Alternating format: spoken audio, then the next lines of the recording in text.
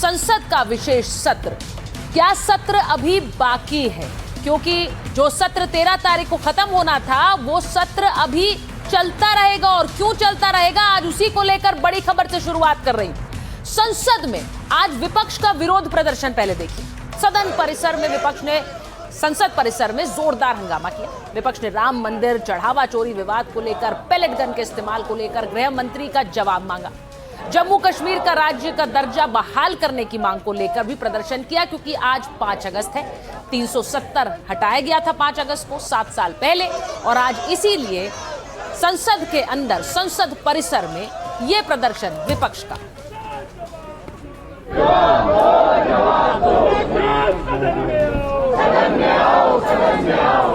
जनता चोर कहाँ मिलेंगे?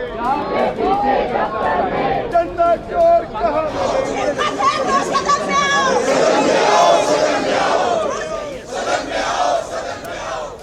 तो एक तरफ प्रधानमंत्री और गृह मंत्री को लेकर विपक्ष हमलावर है, लगातार गृह मंत्री के बयान की मांग कर रहा है। इन सब के बीच आज संसद के अंदर एक अहम मुलाकात हुई। परिसीमन बिल को लेकर नए सिरे से कवायद शुरू हुई। संसद में गतिरोध के बीच राहुल गांधी से किरण रिजिजू ने आज मुलाकात की। राहुल के कमरे में करीब 50 मिनट तक यह मुलाकात चली।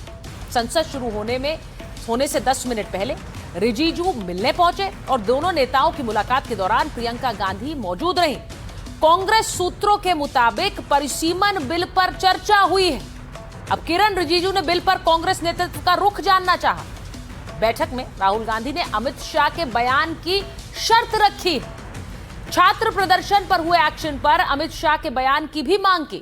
गृह मंत्री के बयान के बिना कार्रवाई नहीं चलेगी, ऐसा राहुल गांधी ने कहा। संसद में गतिरोध खत्म करने को लेकर भी बातचीत हुई। अब राहुल गांधी से मुलाकात के बाद स्पीकर ओम बिरला से रिजिजू मिलने पहुंचे और फिर अमित शाह से मुलाकात कर बैठक की जानकारी दी। तो ये आज अहम एजेंडा सामने आया है। क्या सरकार विशेष सत्र बुलाने की तैयारी में है? क्या सरकार परिसीमन बिल इस सत्र में लाने वाली? जरा सुनिए। Today, Parliamentary Affairs Minister met Kiran Rijiju for discussing delimitation things. What is the idea of opposition? These are the things he spoke to us. Our stand is very clear. Whatever stand we took in the last parliamentary session, still we are on that stand. इस सब के बीच आपको बताऊं कि क्या सरकार परिसीमन bill इस सत्र में लाने वाली है। इसे लेकर विशेष सत्र बुलाने की तैयारी है क्या? सरकार ने कांग्रेस समेत विपक्ष को अपना प्रस्ताव दिया है। वो प्रस्ताव क्या है? 16, 17, 18 अगस्त को विशेष सत्र बुलाना चाहती है सरकार। संसद के विशेष सत्र वाले प्रस्ताव पर कांग्रेस ने जवाब भी दिया है। पार्टी और विपक्ष के दूसरे दलों से चर्चा करके ये बताया जाएगा कि क्या परिसीमन बिल लाने देगी कांग्रेस पार्टी। 13 अगस्त को संसद का मॉनसून सत्र समाप्त हो रहा है। मतलब संसद के मॉनसून सत्र में अब केवल 6 दिन बचे। कम समय होने की वजह से सरकार के सामने 2 विकल्प। विपक्ष को साथ में लेकर आखिरी हफ्ते में बिल पेश करें, या फिर मॉनसून सत्र को एक ब्रेक के बाद आगे बढ़ाया जाए। अप्रैल में विपक्ष ने परिसीमन बिल का विरोध किया था, आपको याद होगा। बिल से दक्षिण राज्यों की भागीदारी घटने की बात कही थी। सरकार के पास भी बिल पास कराने के लिए नंबर नहीं थे। लेकिन 5 महीने के बाद संसद में जो नंबर गेम है वो पूरी तरह से बदल गया है। सरकार 2/3 बहुमत जुटाने पर अब काम कर रही है। बहुमत होने के बाद ही ये विशेष सत्र बुलाया जाएगा, ऐसी खबरें हैं। और जिस तरह से नीट को लेकर हंगामा हुआ था, उसके बाद धर्मेंद्र प्रधान का इस्तीफा हुआ, तो सरकार पहले पैर खींच रही थी परिसीमन बिल को इस सत्र में लाने से। लेकिन अब लग रहा है कि सरकार एक विशेष सत्र के जरिए इस बिल को ला सकती है। अब अगर सरकार लाएगी तो आप ये भी समझकर चलिए कि सरकार ने इसे लेकर गणित भी बिठा लिया होगा, क्योंकि पिछली बार गणित नहीं बैठ पाया था और बिल गिर गया था। इस बार अगर सरकार ये विशेष सत्र बुलाकर बिल लाएगी तो वो गणित क्या है जरा समझिए। लोकसभा में पहला समीकरण 2/3 बहुमत 360 वोट।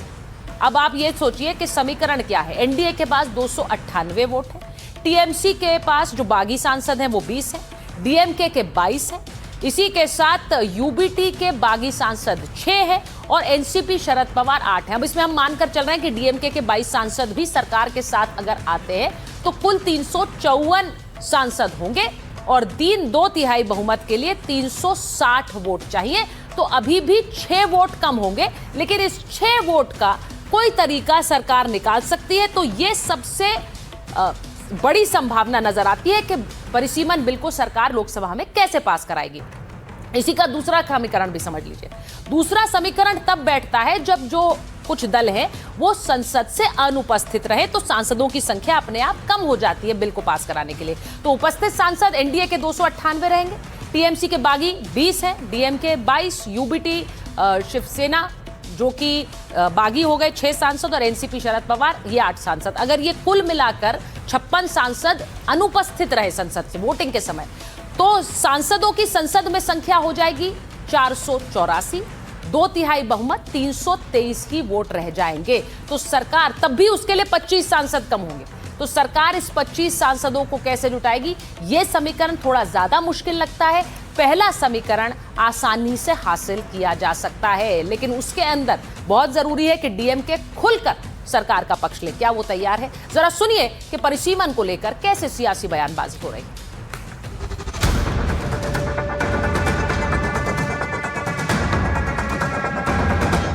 अभी हमने देखा है कुछ महीने पहले इस पे वोटिंग हुई है, सब विपक्षी दलों ने साथ में मिलकर वोट करा है ना। तो मैं समझती हूँ जो परिस्थितियाँ पहले थी वही परिस्थितियाँ क्या सरकार ने आप लोगों से भी संपर्क किया है? क्योंकि कांग्रेस से संपर्क सरकार ने कोई संपर्क नहीं किया, लेकिन हमारी जो राय पिछली बार थी, अब ये तो है नहीं कि 6 महीने बाद हमारी सबकी राय बदल जाएगी।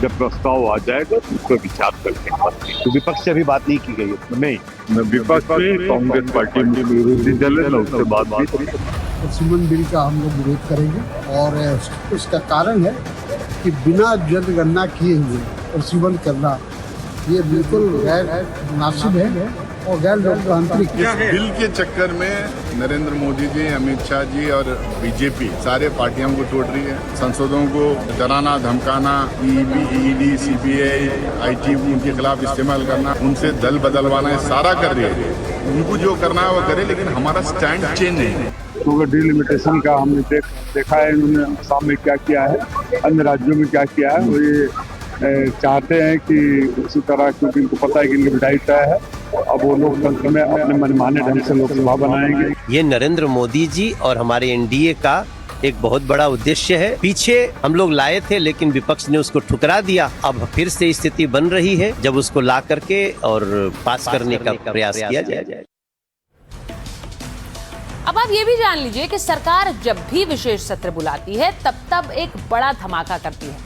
इस बार क्या होगा, इसको लेकर कयासबाजी तेज है।